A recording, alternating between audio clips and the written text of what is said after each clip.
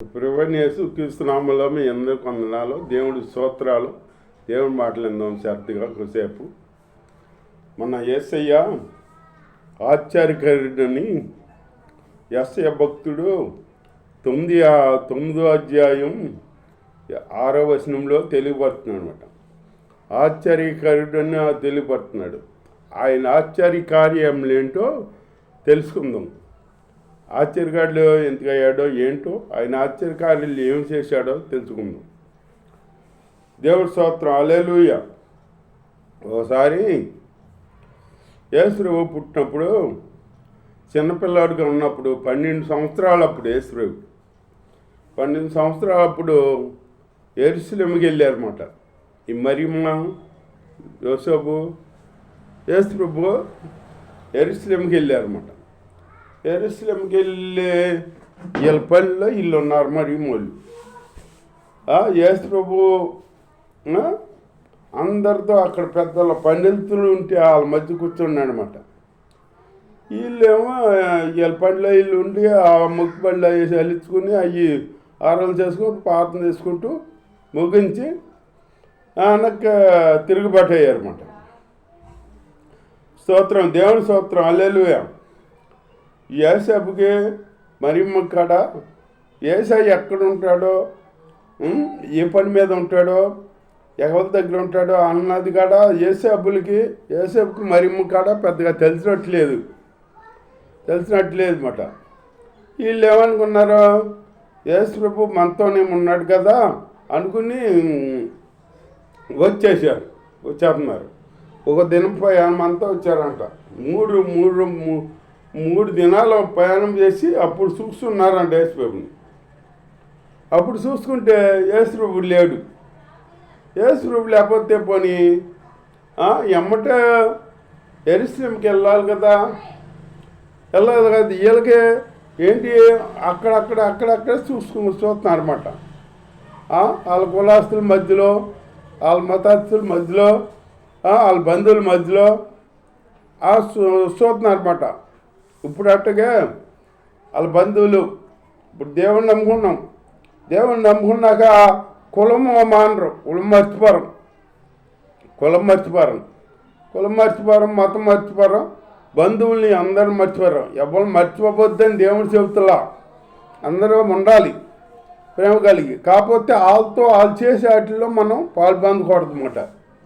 దేవుడు ప్రత్యేకమైన దేవుడు, పరిశుద్ధుడు. యేసయ్య పరిశుద్ధుడు. మనం పరిశుద్ధంగానే ఉండాలి. అట్లాంటి పరిశుద్ధమైన జీవితం చేస్తూ మనం జీవించాలన్నమాట. భక్తి చేయాలి. అంతేగాని మనం మా కులమని అయ్యని ఇయ్యని, మా కులస్తులు అనుకుంటారో, మా మతస్థులు ఏమనుకుంటారో, మా బంధువులు ఏమనుకుంటారో, దేవుణ్ణి ఆరాధించే బహిరంగంగా ఆరాధించడానికి సిగ్గుపడతారు. భయం కాడ ఏంటి, బహిరంగంగా ఆరాధిస్తే మా కులాస్తులు ఏమనుకుంటారో, మా మతస్థులు ఏమనుకుంటారో, మా బంధువులు ఏమనుకుంటారో, వాళ్ళు ఏమనుకుంటారు, వీళ్ళు ఏమనుకుంటారని భయం. దేవుణ్ణి ఆరాధనకి, సజీవుడైన దేవుణ్ణి నువ్వు ఆరాధనకి భయపడితే నిన్ను దీపిస్తా దేవుడు ఆలోచన చేస్తాడు. ఎందుకంటే దేవుడు పరిశుద్ధమైన దేవుడు. మనం నిరీతిగా బహిరంగంగా ఆరాధించవచ్చు. ఏంటంటే మన దేవుడు మనల్ని సమస్తం మనం చూసే దేవుడు, మనల్ని యోగక్షేమంలో ఎరిగి మనం పోషించే దేవుడు మన దేవుడు. ఆ దేవుడిని ఆరాధనకి మనం భయపడకూడదు. ఎందుకంటే ఇప్పుడు తండ్రి ఉన్నాడు, నీ తండ్రి సమస్తం నిన్ను పోషించి కాపాడుతున్నాడు నీ తండ్రి. ఆ తండ్రి అని చెప్పుకుంటాకి నీకు భయం ఎందుకు? భయం ఉండకూడదు కదా. తండ్రి అంటావు కదా. అట్లాగే మన పరలోక తండ్రి, మనల్ని సమస్తం పోషించే తండ్రి. ఆయన మనం మనసారా స్తుతించాలి, కనపరచాలి. అలాంటి బిడ్డలుగా ఉండాలి మనం. యెహోవా భక్తుడు అని చెబుతున్నాడు అన్నమాట. మీరు ఎవరిని ఎట్లా ఆరాధిస్తారో నాకు తెలియదు, ఎవరో ఎట్లా ఉంటారో నాకు తెలీదు.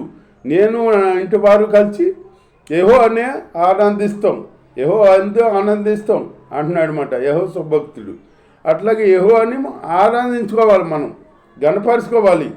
ఆయన మన కార్యాలు సఫలం చేసే దేవుడు, మనల్ని పోషించే దేవుడిని మనం ఆరాధనకి సిగ్గుపడతామేంటి?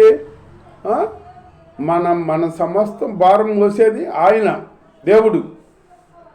నీకు ఏదైనా ఆపద వచ్చిందనుకో, దేవుడు ఆదుకుంటాడా? నీకు ఎవరన్నా బంధువులు ఆదుకుంటున్నాడా? బంధువులు డబ్బు ఉందనుకో, డబ్బు ఉన్నప్పుడు ఉంటారు నీ దగ్గర, ఏమి లేనప్పుడు ఉండరు. ఎట్లా ఉంటారో? ఇదిగో ఏబు భక్తుడు ఉన్నాడు బైబిల్లో. ఆస్తి అన్నీ ఉన్నప్పుడు ఏబు ఇంటి దగ్గరే ఉన్నారంట బంధువులు, బామ్మర్దులు, అన్నోళ్ళు, బంధువులు అందరం, స్నేహితులు అందరం ఉండి ఏబు ఇంటికాడ ఏబుని పొగుడుతున్నారంట. అంతేకాని ఏబుకి ఎప్పుడైతే ఇట్లా బలహీనత వచ్చిందో, ఆస్తి అంతా పోయిందో, ఒంటికాడ బలహీనత వచ్చిందో, అప్పుడు ఏబుని వదిలేసి వెళ్ళిపోయారంట. ఎక్కడో వాళ్ళక్కడో వెళ్ళిపోయారంట, ఒక్కరు లేరంట. అట్లాగే బంధువులు అట్లా మన దగ్గర ఏదన్నా నూనె ఉన్నప్పుడే బెల్లం అన్నా కడిసి అమ్మండి అంటారు చూడు. అట్లాగే మన దగ్గర డబ్బు ఉందనుకో, మన చుట్టూరే తిరుగుతారు. మన దగ్గర ఏమీ లేదనుకో వెళ్ళిపోతారు. అట్లాంటి మనుషులు నమ్ముకోకూడదు, మనుషులు నమ్ముకుని మనం జీవించకూడదు. మనల్ని పోషించే దేవుడిని మనం గణపరుచుకోవాలి, ఆయన ఆనందించాలి. మనల్ని పోషించే దేవుడు మన దేవుడు. మనల్ని ఎవరు పోషిస్తున్నారో అవి వేసిన జ్ఞానం ఉందా నీకు? నువ్వు దేవుడి చేత పోషించబడి ఆయన ఆరాధించాలంటే మనుషులు భయపడితే అట్లాగా మనుషులు నిన్నేం చేస్తారో? మనుషులు నీకు ఏమి సహాయం చేయరు. నేను రక్షించి నిన్ను పోషించే దేవుణ్ణి నీ మనసారా సూచించాలన్నమాట. సూచిస్తామనుకో, ఇంకా నా బిడ్డ నా ఎందు సూతి కలిగి నన్ను కనపడుతూ నా ఎందు ఉంటున్నారో నా బిడ్డ ఇంకా ఆస్వాదించాలని దేవుడు ఆస్వాదిస్తాడనమాట. అట్లాంటి జీవితం మనం ఉండాలి. అంతేగాని కులం మనకు కూడేటదు, మతం కూడేటదు, బంధువులు ఎట్టడం, ఎవరు కూడేటరు. మన యోగక్షేమాలు చూసేది దేవుడెందు మనం నిర్వేదిగా భయం లేకుండా జీవిస్తూ ఆయన ఆరాధించుకోవాలి. అలాంటి జీవితం మనకి దేవుడు అనుగ్రహించలేక దేవుని ఎందు భయభక్తులు కలిగి మనం జీవించాలి. ఈ మరిమళ్ళు ఏం చేశారో ఆ కులాస్తుల మధ్యన, వాళ్ళ మతస్థుల మధ్యన, వాళ్ళ బంధువుల మధ్యన ఇవన్నీ చూసుకుంటా ఎప్పుడుకో వెళ్ళారంట ఎరుసలేము. వెళ్ళేప్పటికే ఈయన ఎక్కడున్నాడు తెలుసా? ఈ పండితులు, బైబిల్ తెలిసిన పండితులు ఉంటారు కదా, పండితుల మధ్యన ఆ పెద్ద వాళ్ళు కూర్చుని అక్కడ వివరించుకుంటుంటే దేవుడి మాటలు చెప్పుకుంటే వాళ్ళ మధ్య కూర్చున్నాడంట యేసయ్య. అలాగే మనం పరిస్థితుల మధ్య ఉండాలి. మన అన్ని జనుల్లో కలిసిపోకూడదు. మనం దేవుణ్ణి నమ్ముకున్నాం, మనం ప్రత్యేకంగా ఉండాలి. మనం పని ఏరు, మన అంతకితమేరు ఇప్పుడేరు. మనం దేవుడితో నడవాలి, దేవుడితో ఉండాలి, దేవుడి ధర్మశాస్త్రం చదువుకోవాలి, దేవుడి ప్రార్థన చేసుకోవాలి, దేవుళ్ళలోనే జీవించాలి మనం. అంతేగాని లోకస్తుల మధ్యకి వెళ్ళకూడదు. లోకస్తుల మధ్య నీకేం పని? ఏదైనా పని ఉంటే నువ్వు వెళ్ళు, చూసుకుని రా. అంతేగాని మనుషులతో నీకు అనవసరం. ఇంతవరకు ఆ జీవితం జీవించావు, అయిపోయింది.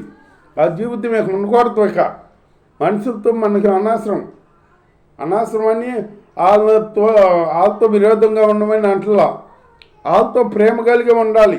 దేవుడు చెబుతున్నాడు తోటి పని ప్రేమించమని. ప్రేమ కలిగి ఉండాలి. కానీ వాళ్ళు చేసే మనం చేయకూడదు. వాళ్ళు పలకరిస్తే పలుకు, అంతేగాని మనం వెళ్ళి వాళ్ళ ఇంటికి వెళ్ళి పలకరించి వాళ్ళ ఇంటికాడ కూర్చుని అట్లాంటివి చేయకూడదు.